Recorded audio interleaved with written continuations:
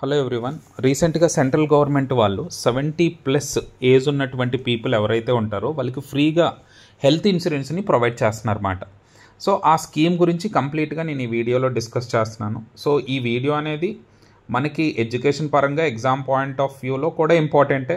అలాగే మన చుట్టూ ఉన్న వాళ్ళు చాలామంది ఈ హాస్పిటల్స్కి మనీ లేక వెళ్ళలేకపోయిన వాళ్ళు ఉంటారు, లేదా మన ఫ్యామిలీ మెంబర్స్లో కూడా మనకి అవసరమై ఉంటుంది. సో ఈ యొక్క ఇన్సూరెన్స్ గురించి పూర్తిగా తెలుసుకోవడం చాలా మంచిది.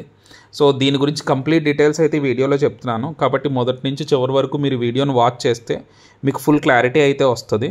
సో మీకు ఎక్కడైనా ఏ పాయింట్ ఆఫ్ వ్యూలో అయినా మేము చెప్తుంది మీకు బాగా అనిపిస్తే మాత్రం ఖచ్చితంగా లైక్ చేయండి, సబ్స్క్రైబ్ చేయండి. అయితే రీసెంట్గా మనకి సెంట్రల్ గవర్నమెంట్ వాళ్ళు Ayushman Bharat health insurance scheme అనేది ఒకటి అనౌన్స్ చేశారండి. అయితే ఇది పర్టికులర్గా ఎవరికంటే సీనియర్ సిటిజన్స్ 70 years ప్లస్ ఉండాలి. అయితే మనకు ఆల్రెడీ ఎగ్జిస్టింగ్లో కూడా ఆయుష్మాన్ భారత్ స్కీమ్ అనేది ఒకటి ఉంది. అది ఎవరికి బిలో ఎకనామిక్ లెవెల్ మాట, అంటే ఒక పర్టికులర్ ఎకనామిక్ కండిషన్ ఇచ్చారు. ఆ కండిషన్ లోపు అంటే వాటికి కూడా కొన్ని క్రైటీరియాస్ ఉన్నాయి, వాళ్ళకి మాత్రమే ఆ ఎలిజిబిలిటీ ఉంటుంది. అందులో ఏంటంటే ఇర్రెస్పెక్టివ్ ఏజెస్, అంటే ఏజెస్తో సంబంధం లేదు, ప్రతి ఒక్కరు కూడా ఆ స్కీమ్ తీసుకోవచ్చు. అంటే వాళ్ళకి ఎలిజిబిలిటీ ఉందంటే వాళ్ళు రిజిస్టర్ అవ్వచ్చు అన్నమాట. కానీ ఇప్పుడు ఏదైతే కొత్తగా తీసుకొచ్చింది ఉందో ఇది పర్టికులర్గా ఎవరికంటే 70+ ఏజ్ గ్రూప్ ఉన్న వాళ్ళకి మాట. ఎవరైతే సీనియర్ సిటిజన్స్ 70+ ఉంటారో వాళ్ళకి ఈ స్కీమ్ మాట. అంటే ఎవరు వాళ్ళు కానీ ఈ హెల్త్ పరంగా ఏదైనా యూస్ చేసుకోవాలంటే 5 lakhs వరకు వాళ్ళ యొక్క డిసీజెస్కి కానీ ఏదైనా హాస్పిటలైజేషన్ కానీ అయిందనుకోండి 5 lakhs వరకు వాళ్ళు ఖర్చు పెట్టుకోవడానికి పాసిబిలిటీ ఉంటుంది. అయితే ఇందులోని కొన్ని కండిషన్స్ ఉంటాయండి. అంటే ఒకే ఫ్యామిలీలోని ఒక 3-4 members ఉన్నారనుకోండి, 70+ ఉన్నోళ్ళు, దాని ఉద్దేశం 70+ ఉన్నోళ్ళు 3-4 members ఉంటే అందరికీ కలిపి 5 lakhs వస్తుంది తప్ప ఇండివిజువల్గా 5 lakhs అనేది మాత్రం ఇవ్వరండి. సో ఆ పాయింట్ ఒకటి చాలా బాగా గుర్తుపెట్టుకోవాలి. నెక్స్ట్ ఏంటంటే ఇక్కడ ఇన్కమ్తో సంబంధం లేదు, మీరు బాగా రిచ్ అవ్వచ్చు, బాగా పూర్ అవ్వచ్చు. ఇక్కడ కండిషన్ ఏంటంటే 70+ అయితే చాలు. ఒక పర్సన్ 70+ అయితే ఈ స్కీమ్కి ఎలిజిబిలిటీ దొరుకుతుంది. అంతేగాని మీకు ఎక్కువ ఇన్కమ్ ఉన్న వాళ్ళు మీకు ఎలిజిబిలిటీ లేదు, తక్కువ ఇన్కమ్ ఉన్న వాళ్ళు ఎలిజిబిలిటీ లేదు కాదు. ఎందుకంటే 70+ ఏజ్ గ్రూప్ ఉన్న వాళ్ళని అంటే కొంచెం వాళ్ళు చాలామంది ఇబ్బంది పడుతున్న వాళ్ళు ఉన్నారన్నమాట, ఈవెన్ బాగా డబ్బులు ఉన్న వాళ్ళైనా లేని వాళ్ళైనా. సో అలాంటి వాళ్ళ కోసం ఈ స్కీమ్ తీసుకొచ్చారు. నిజంగా చెప్పాలంటే ఇది చాలా మంచి స్కీమ్, ఎందుకంటే 70+ ఉన్న వాళ్ళకి అంత మంచి సపోర్ట్ దొరకదు. సో అలాంటి వాళ్ళకి ఏమైనా హాస్పిటలైజేషన్ అయినప్పుడు ఈ స్కీమ్ చాలా హెల్ప్ఫుల్. కాబట్టి వాళ్ళు ఇర్రెస్పెక్టివ్ ఇన్కమ్ అని చెప్పారు అన్నమాట, అంటే ఇన్కమ్తో సంబంధం లేదు. అయితే ఇక్కడ కొన్ని కండిషన్స్ ఉంటాయండి దీంట్లో కూడా. అయితే ఇక్కడ ఇన్కమ్ అయితే అవసరం లేదు, కానీ కొంతమంది గవర్నమెంట్ ఎంప్లాయీస్ ఉంటారు కదా, ఈ గవర్నమెంట్ ఎంప్లాయీస్కి ఈఎస్ఐసి అని ఒకటి ఉంటుంది, ఎంప్లాయీ స్టేట్ ఇన్సూరెన్స్ కార్పొరేషన్ అంటారు. అలాగే CGHS, central government health scheme అని ఒకటి ఉంటుంది. ఎవరైనా ఇలాంటి స్కీమ్స్ ఉంటాయి కదా, అంటే స్టేట్ గవర్నమెంట్ హెల్త్ స్కీమ్స్ ఉంటాయి, సెంట్రల్ గవర్నమెంట్ హెల్త్ స్కీమ్స్ ఉంటాయి, ఈఎస్ఐసి ఉంటుంది. ఇటువంటి స్కీమ్స్లో ఆల్రెడీ ఎన్రోల్ అయ్యి ఉంటే అయితే ఇది తీసుకోవాలి, లేదా మనం ఇప్పుడు కొత్తగా తీసుకొచ్చిన 5 lakh కవర్ తీసుకోవాలి. అంతే తప్ప నేను ఈఎస్ఐసిలోని వాడేసుకుంటాను, ఈ 5 lakhs కవర్ యూస్ చేసుకుంటానంటే కుదరదు. ఖచ్చితంగా ఏదో ఒక స్కీమ్లో మాత్రమే మీరు ఎన్రోల్ అవ్వాలన్నమాట. అంటే వన్స్ మీకు ఈ 5 lakh స్కీమ్ నచ్చిందనుకోండి, వాటిలోంచి బయటకు వచ్చేస్తారు. ఒకవేళ మీకు ఆ స్కీమ్సే కావాలనుకోండి, దీనికి ఎన్రోల్ అవ్వాల్సిన అవసరం లేదు. అంటే మీకు ఆ స్కీమ్స్ బెనిఫిట్గా ఉన్నాయనుకోండి, అందులోనే ఉండిపోండి. అంతేగాని మళ్ళీ ప్రత్యేకించి ఈ 5 lakh స్కీమ్ పెట్టుకోకండి. ఎందుకంటే వన్స్ మీరు ఇది ఆప్ట్ చేస్తే అవన్నీ మొత్తం పోతాయి మాట.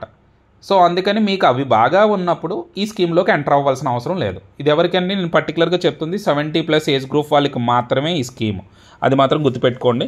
సో ఈ పాయింట్ అయితే మాత్రం గుర్తుపెట్టుకోవాలి. అంతే తప్ప నాకు ఈ 5 lakhs ప్లస్ ఎగ్జిస్టింగ్ స్కీమ్స్ కూడా వస్తాయని మాత్రం అనకూడదు. నెక్స్ట్ ఏంటంటే ఈ స్కీమ్లో మీరు కానీ వన్స్ రిజిస్టర్ అయితే ఒకవేళ పాతవి మీకు ఏవైనా హెల్త్ స్కీమ్స్ ఉంటే అవన్నీ పోతాయి మాట. అంటే గవర్నమెంట్ ద్వారా వచ్చేవైతే, మీరు ప్రైవేట్గా తీసుకున్న హెల్త్ ఇన్సూరెన్సెస్ వేరు.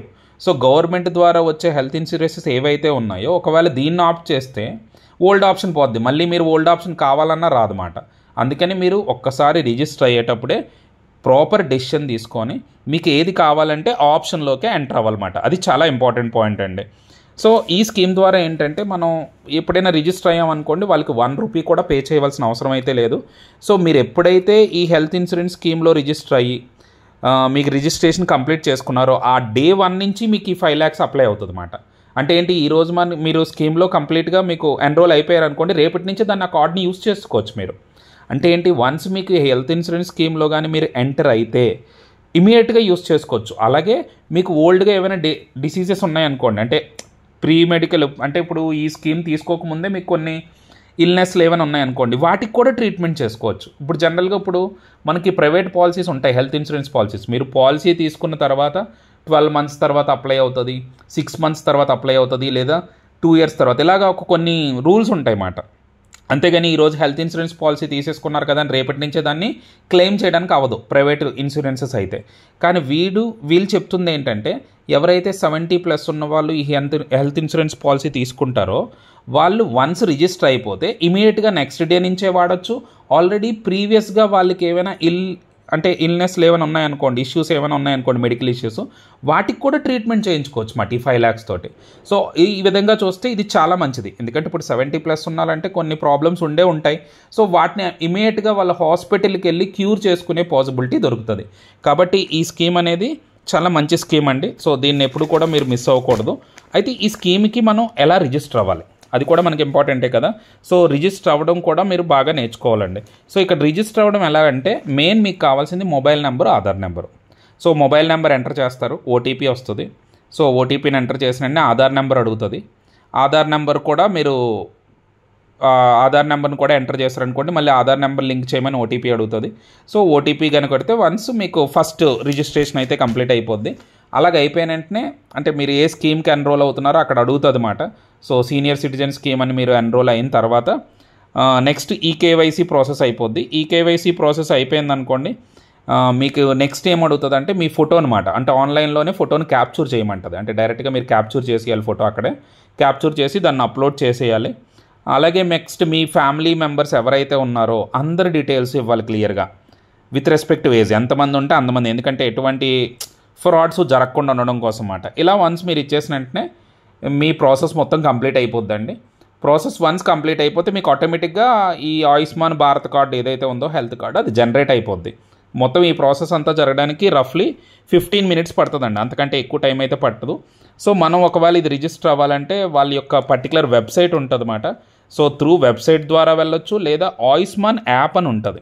సో మీరు ప్లే స్టోర్కి వెళ్ళి ఆయుష్మాన్ యాప్ అని కొడితే యాప్ ద్వారా కూడా రిజిస్టర్ అవ్వచ్చు. ఒకవేళ వెబ్సైట్ ద్వారా రిజిస్టర్ అవ్వాలంటే www.beneficiary.nha.gov.in అంటే త్రూ ఆ వెబ్సైట్ ద్వారా వెళ్ళొచ్చు. మీరు వెబ్సైట్ ద్వారా వెళ్ళినా యాప్ ద్వారా వెళ్ళినా స్టెప్స్ అనేవి సేమ్గానే ఉంటాయి. ఓకే, సో ఇది అండి మనకి 70+ ఉన్న వాళ్ళకి బెనిఫిట్ ఇచ్చే హెల్త్ ఇన్సూరెన్స్ స్కీమ్. నిజంగా ఇదైతే 70+ ఉన్న పర్సన్స్ ఎవరైతే ఉన్నారో వాళ్ళకి ఖచ్చితంగా యూజ్ అవుతుంది. సో మీకు దీనికి సంబంధించి ఏమైనా డౌట్స్ అయ్యి కానీ ఉన్నాయనుకోండి, కామెంట్ సెక్షన్లో పెట్టండి. నాకు పాసిబిలిటీ ఉన్నంత వరకు దానికి నేను ఒక కరెక్ట్ ఇన్ఫర్మేషన్ మీకైతే నేను ప్రొవైడ్ చేస్తాను. సో ఇది మనకి ఎడ్యుకేటివ్గాను ఉపయోగపడుతుంది. అట్ ది సేమ్ టైం అండి చాలామంది పీపుల్కి ఈ స్కీమ్ గురించి చెప్తే మనం హెల్ప్ చేసిన వాళ్ళని కూడా అవుతామండి. అట్లీస్ట్ తెలిసిన వాళ్ళకి చెప్పామనుకోండి, వాళ్ళ ప్రాసెస్ ఎక్కడొక్కటి చేయించుకుంటారు, వాళ్ళకి యూజ్ అవుతుంది కదా. సో ఇలాంటి వాటిని మనం షేర్ చేయడం వలన ఏమీ ఇబ్బంది ఉండదు. కాబట్టి వీలున్నంత వరకు మీరు ఈ వీడియోను కూడా మీకు తెలిసిన వాళ్ళందరికీ షేర్ చేసి ఫార్వర్డ్ చేయండి. వాళ్ళకి కూడా ఈ వీడియో అనేది బాగా యూస్ఫుల్ అవుతుందన్నమాట. Okay, thank you.